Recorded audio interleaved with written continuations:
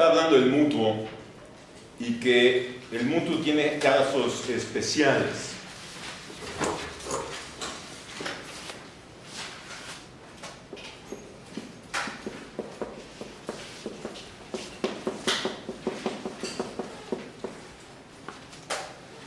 En primer lugar, el Nauticum Fenus, que ya ni siquiera voy a explicar ni la etimología ni más, porque me vale más.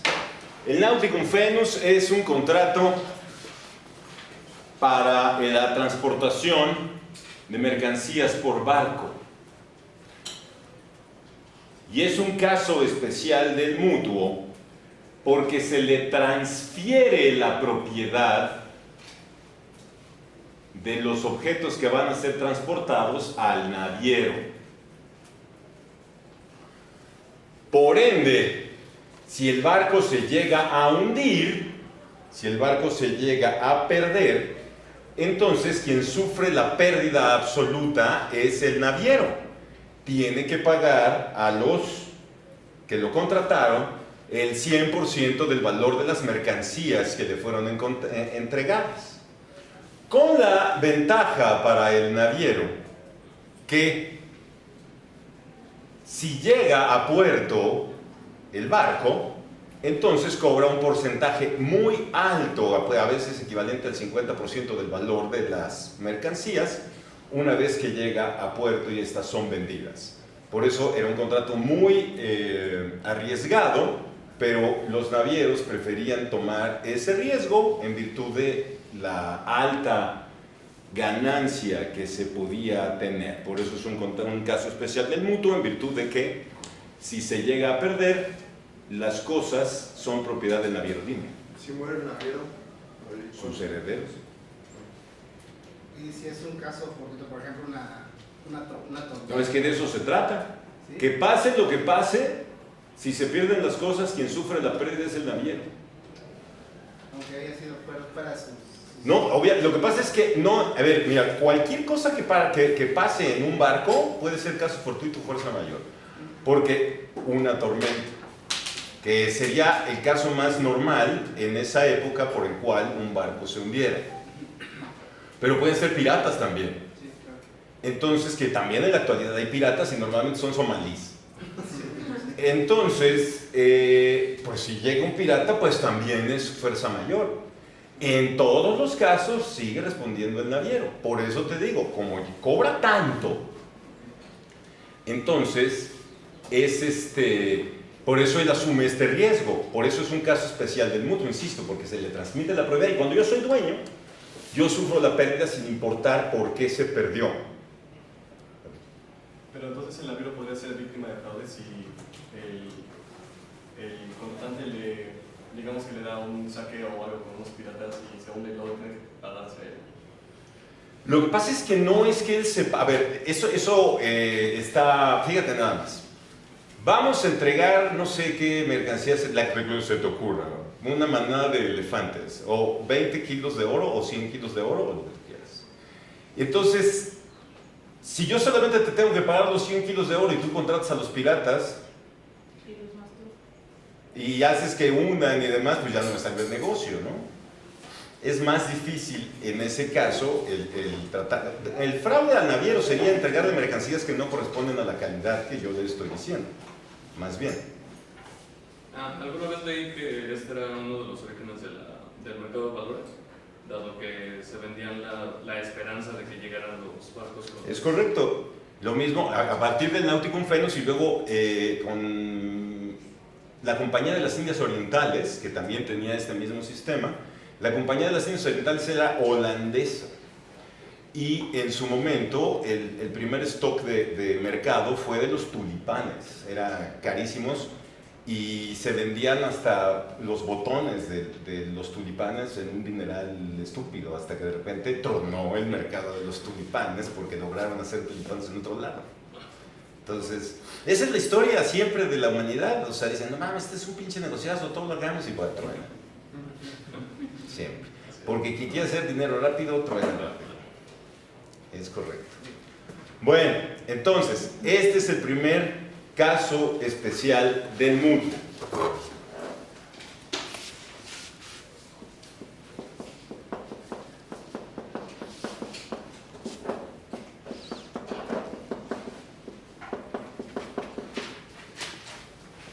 En el contractus mocatre, y en latín la H suena K si es intermedia. Siempre. Entonces, en el contractus mocatre, el mutuario recibe una cosa específica con derecho a venderla y utilizar el producto que obtuvo como un préstamo de consumo.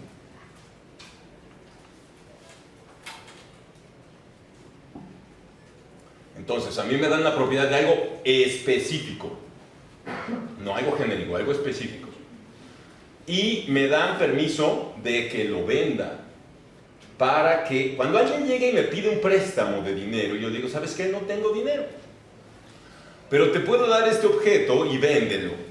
Y eso, el precio en que obtengas, que hayas obtenido para el objeto, ese dinero es el que vas a tener que regresar, no un objeto igual o parecido, sino el dinero que yo obtuve al vender ese objeto.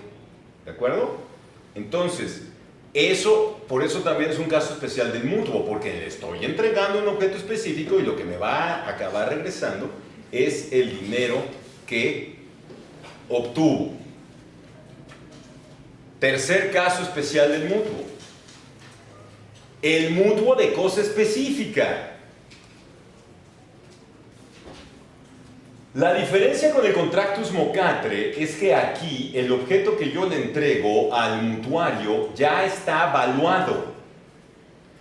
Es decir, ya establecimos cuál es el precio previo a la celebración del contrato.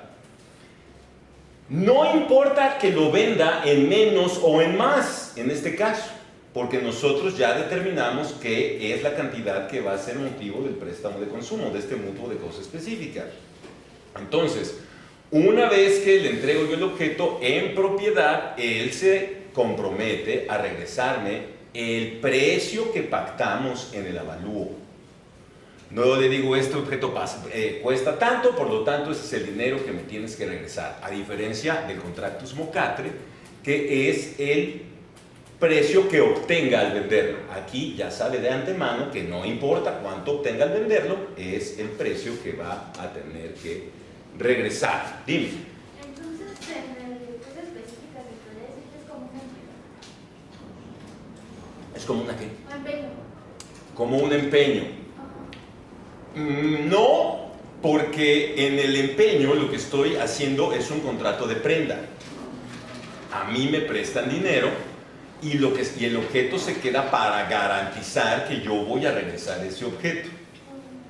Acá no, acá yo le estoy dando la propiedad del objeto y ya le dije cuánto vale y ese es el dinero que me tiene que regresar. No hay garantía, yo puedo establecer una garantía si quiero, pero en el caso del empeño, ese es un préstamo prendario, o sea, estamos celebrando una prenda, es diferente, de nada.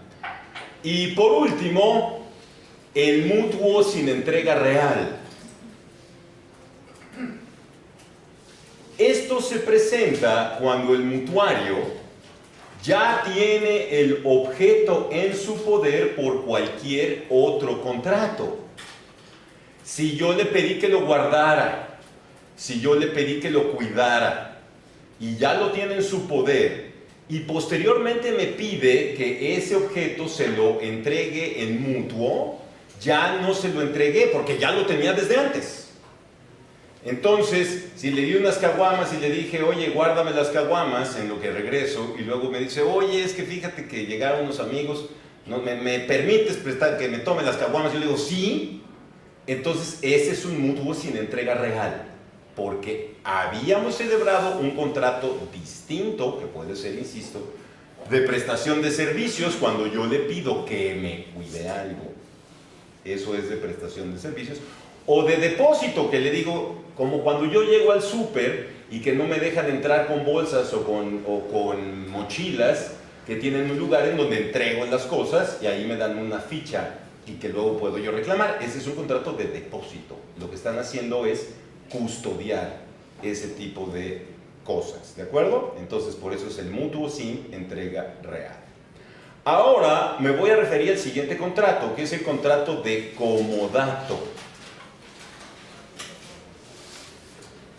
El comodato es un préstamo de uso.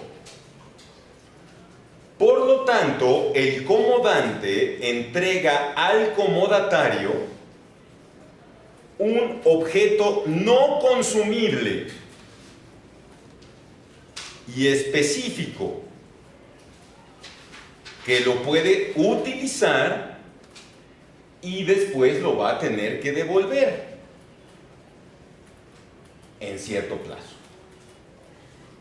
Préstamo de uso.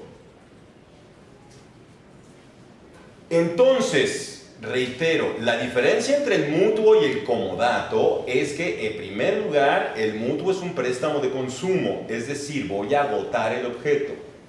En cambio, en el comodato estoy realizando un préstamo de uso. Eso quiere decir que no voy a agotar el objeto. ¿Esto qué implica? En primer lugar, que el comodante no debe tener el ius abutendi porque no lo va a entregar. No va a entregarle al comodatario el ius abutendi porque no lo puede consumir, no lo puede ni variar. Lo que le estoy entregando es el ius utendi. Por lo tanto, ¿qué implica esto? Que el comodante no necesariamente debe de ser el dueño. Yo puedo entregar en comodato algo que no sea mío porque no estoy entregando la propiedad. Con que tenga la posesión es más que suficiente para que yo pueda celebrar el comodato. Además, el comodato es un préstamo gratuito. No puedo cobrar por el uso cuando lo entrego en comodato, porque si cobro ya no es comodato. Cuando yo cobro porque alguien use algo, ¿qué contrato será ese? Arrendamiento. Entonces lo estoy rentando. El préstamo en el comodato es gratuito 100%. Este contrato, a diferencia del mutuo, además es sinalagmático imperfecto. ¿Por qué?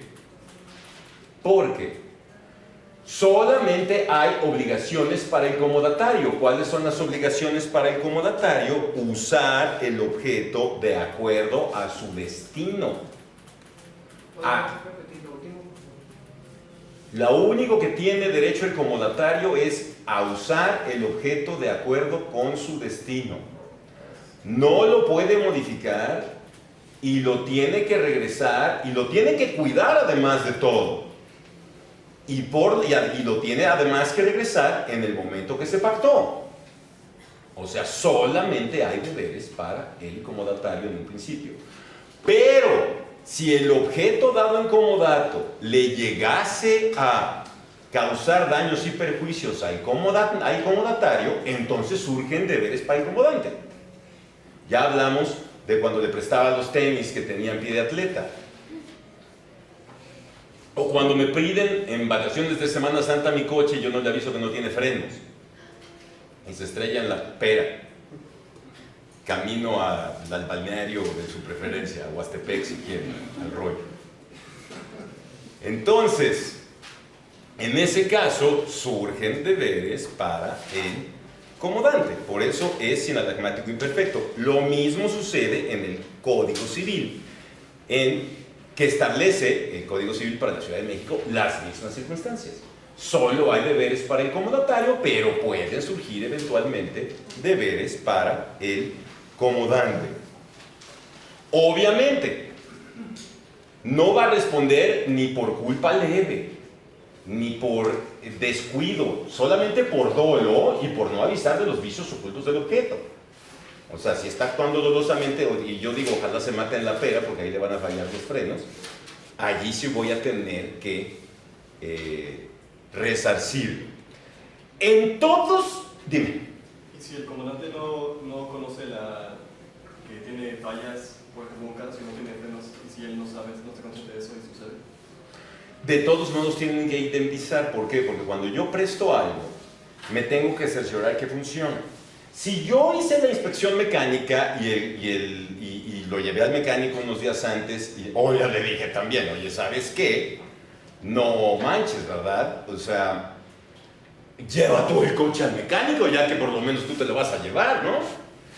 Pero si no se hace la inspección mecánica, entonces sí voy a ser responsable. O sea, si yo la debía haber hecho. Si yo le dije al otro, hazla tú y no la hace, entonces ya no es mi culpa porque no la hizo, ¿verdad? Bueno, entonces, fíjense bien. En todos los contratos inalarmáticos imperfectos, todos, las acciones que surgen para exigir su cumplimiento se llaman acción directa y acción contraria. La acción directa es para sancionar los deberes que siempre surgen. Y la acción contraria es para exigir los deberes que puedan surgir eventualmente. Y obviamente, además, estas acciones toman el nombre del contrato. O sea, que en el caso del comodato se va a llamar actio comodati directa y actio comodati contraria, porque son las acciones del comodato. Y reitero, la directa es para exigir los deberes que siempre surgen, la contraria es para exigir los que surgen eventualmente. ¿De acuerdo? Bueno, eso es por lo que hace al comodato. Me voy a referir ahora al contrato de depósito.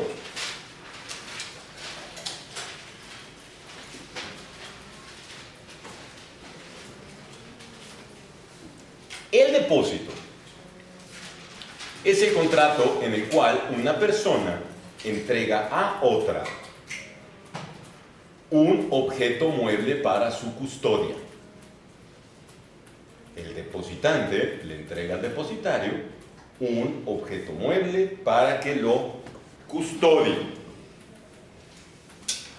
Es un contrato gratuito también, como ustedes lo saben cada vez que han ido al súper a entregar sus mochilas. No les cobra la bodega Aurrerá por dejar allí su mochila y después ir por ella. Entonces, es gratuito, porque si no es gratuito, si yo pago porque alguien cuide algo, el contrato es de prestación de servicios. ¿De acuerdo? Entonces, siempre por eso tenemos que analizar cada contrato. Dependiendo de las características, puede ser uno u otro, aunque se esté haciendo lo mismo. En esta situación, como el depósito tiene que ser gratuito, entonces es imposible una contraprestación, pedir una contraprestación por el que yo cuide del objeto. A diferencia de lo que pasa cuando llego al estacionamiento, que no es un contrato de depósito, por más que ellos quieran decir lo que es así, es un contrato de prestación de servicios y tiene características diferentes. Por eso, cuando ustedes van al estacionamiento y dicen, aquí solamente es para depositar el pinche coche y no nos hacemos responsables, el coche se le lleva la chingada, eso es mentira. Tienen absoluta responsabilidad de cuidar al coche porque te están cobrando. Entonces, al celebrar un contrato de prestación de servicios, nada de que no nos hacemos responsables si se lo roban, si lo rayan, si lo chocan, ni madres. El que responde, el estacionamiento. A fuerza. Dime. Sí, justo, bueno, una vez estaba viendo por internet que ellos están obligados a tener como un seguro en caso de que pasen este tipo de cosas, ¿no? O sea, realmente nada más es que anuncios como para que no se las armes De pedo, claro, efectivamente, pero el chiste es saber que esa cláusula de no responsabilidad es nula.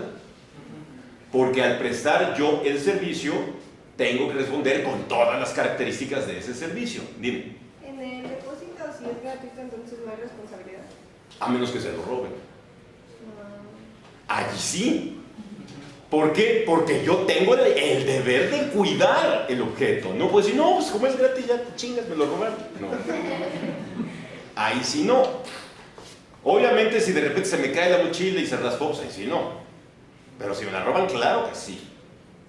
En el caso de los parquímetros, ¿quién respondería en caso de que le pase algo a...? La empresa que tiene la concesión.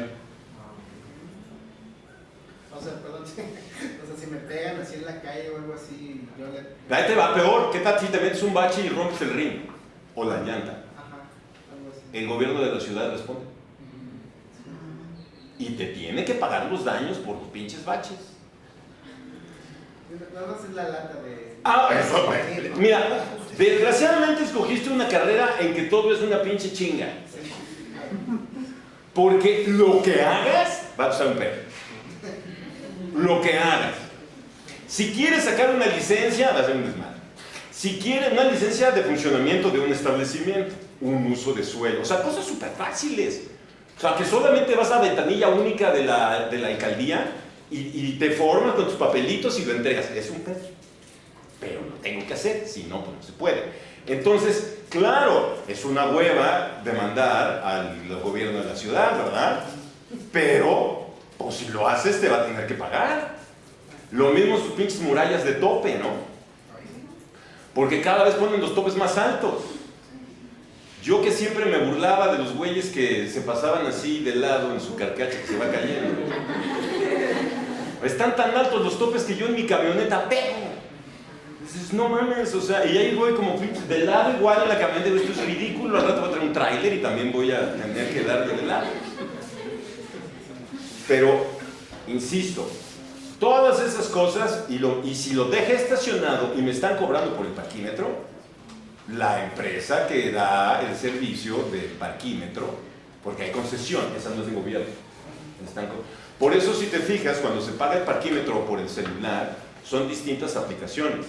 No en toda la ciudad es la misma aplicación, en algunos es una y otras otra. A veces en la misma calle es una de un lado y otra del otro, porque son empresas diferentes. Ya, y los güeyes que llevan los candados no son policías. Llevan el apoyo de la policía porque la concesión implica que la policía vaya. Pero los de candados son empleados de la empresa. Por eso no voy a pagar a la tesorería. Exacto. Voy a pagar, algunos traen hasta ahí para que les pagues con tarjeta. Porque es una empresa, con el gobierno eso no se podría. Entonces, claro, como yo estoy prestando un servicio, pues tengo que responder por los daños por prestar mal el servicio. Es lo mismo que sucedería de los bienes, ¿no? Si me están apartando un lugar, es una prestación de servicios también. Todo eso es un contrato de prestación de servicios. Por eso les digo que todo el tiempo estamos celebrando contratos. Todo el tiempo, aunque no nos demos cuenta. Bueno, entonces, ¿cuáles son las obligaciones del depositario? Custodiar la cosa debidamente y devolver el objeto cuando se le reclame. Aunque se le debe dar el tiempo necesario para buscar el objeto. Porque obviamente sucede que la gente llega y pide las cosas y dice, en este pinche instante. Y dice, no, pero espera, lo tengo allá atrás, me vale madre, si no ahorita y te demando y pendejadas que se les hace la gente feliz.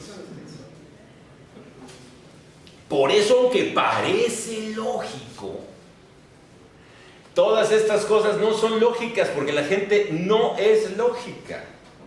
Bajo ninguna circunstancia, siempre piensa en las peores pendejadas. Por eso se matan tanto las personas haciéndose selfies. O sea, ¿a quién se le ocurre tomarse una selfie en la azotea de ningún lado? Es pendejo. Bueno, el depositario le tiene que devolver el objeto al propio depositante, al que el dueño sea otro. El depositario le tiene que devolver el objeto al depositante mismo, aunque el propietario sea otra persona. Si yo llego y te demuestro, mira, yo tengo la escritura, yo tengo la factura, traigo todos los testigos de Jehová conmigo que demuestran que yo soy el dueño, etcétera, se lo tengo que devolver al depositante, porque de lo contrario yo incumplo con el contrato. Y me van a cobrar a mí los daños y perjuicios por no haberle regresado al depositante el objeto. Ya es pedo del dueño con el depositante, no conmigo. Porque nosotros celebramos nada más un contrato con esa persona, no con otro. La única manera en la cual se le puede devolver a otra persona que no fue el depositante es con orden de juez. Si el juez dice, le tienes que regresar el objeto, y hay todavía güeyes que se niegan.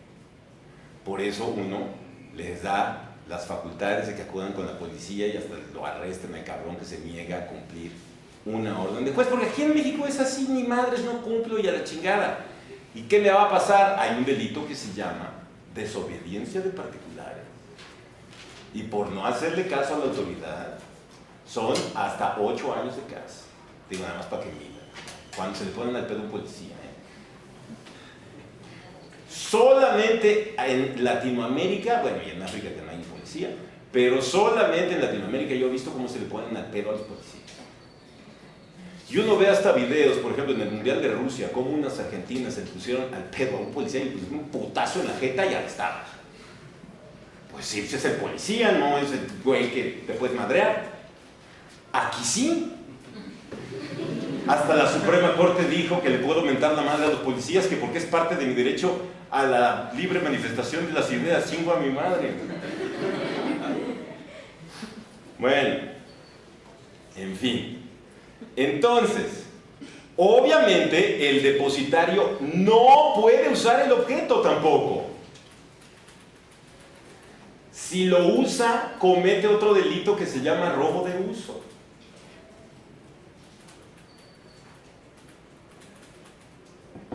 Que es muy común en México. Yo llevo mi coche a arreglar al mecánico. Llego al mecánico y le digo, güey, ya vine por mi coche. ¿Es que lo llevaron a probar? ¿Ok? ¿En cuánto regreso? Pues son unos 5 días porque se fueron a Acapulco. Eso es robo de uso. Y también, dime. ¿Qué delitos yo tengo un hermano mayor que dio a una persona su carro para que lo vendiera, pero resulta que, bueno, está tardando demasiado el proceso y en el proceso ellos estaban llevando el carro a fiestas y todo, entonces no lo estaban vendiendo, no lo estaban usando. ¿Qué delito? ¿Es un delito eso? Claro, abuso de confianza. Abuso de confianza. Pero tú tienes a un penalista chingoncísimo en tu casa, era para que se los hubieran superputeado. Se cae mal. Ah, con razón. Tienes razón. Cierto. Bueno, no, eso es abuso de confianza. Cuando yo le pido a alguien que haga algo y en lugar de hacerlo utiliza el objeto para él, es abuso de confianza. No fraude porque no obtuvo dinero, pero abuso de confianza clavado. Que lo mismo pasa con el mecánico, robo de uso y abuso de confianza. En este caso son las dos cosas también. ¿Sí? Bueno, entonces, como el depositario ni siquiera lo puede usar, solo tiene molestias, solo responde por culpa grave, o sea, por dolo. Y por ende, este contrato también es inalagmático imperfecto. Solo tiene deberes el depositario, pero eventualmente el depositante puede tener deberes. Por lo tanto, también las acciones que sancionan al depósito son la directa y la contraria. Actio depositi directa y actio depositi contraria. Y el depósito también tiene casos especiales. En primer lugar, el secuestro.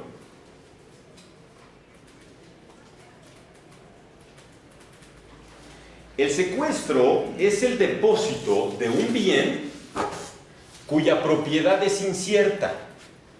¿Qué quiere decir eso? Que 2 o más personas están peleando la propiedad de ese objeto. Dime. ¿Me lo podría repetir, por favor? O sea, pero ¿qué es lo que secuestro? Pues es lo que voy a decir. El secuestro es un depósito de un objeto que 2 o más personas están peleando la propiedad de ese objeto. O sea, no sabemos a ciencia cierta quién es el dueño, todavía. Entonces el juez ordena que ese objeto se entregue a un tercero. ¿Para qué? Para que no se vaya a perder o no se vaya a deteriorar. Porque luego resulta que si yo se lo dejo a una de las partes y esa persona pierde el juicio, después va a decir, putz, se me perdió el objeto, me lo robaron. Entonces, cuando el juez ordena que se deposite el objeto a un tercero, cuyo objeto, cuya cosa, insisto, está peleándose la propiedad de la misma, se llama secuestro. Y el secuestro es el secuestro civil, porque el secuestro penal es otra cosa. Entonces, ese es el secuestro y es el primer caso especial del depósito. El segundo, el depósito irregular. Y ya sé, luego les pregunto, en casos especiales del depósito me ponen el rato a huevo, siempre pasa. Depósito irregular. En el depósito irregular, el depositario puede servirse de bienes genéricos que le entregaron para su custodia. Los puede consumir, los puede vender, los puede regalar. Y luego tiene que entregar otros iguales. Este es el caso que celebramos todos los que tenemos una cuenta en el banco. Cuando yo voy al banco, hago un depósito irregular. Porque en el momento que yo le pido al banco que me regrese mi dinero, no le puedo decir, oye, güey, pero estos no son los billetes que te di. Lo que hace el banco es que el dinero que yo le entrego lo utiliza en sus operaciones diarias. Y me va a regresar la cantidad que yo le di.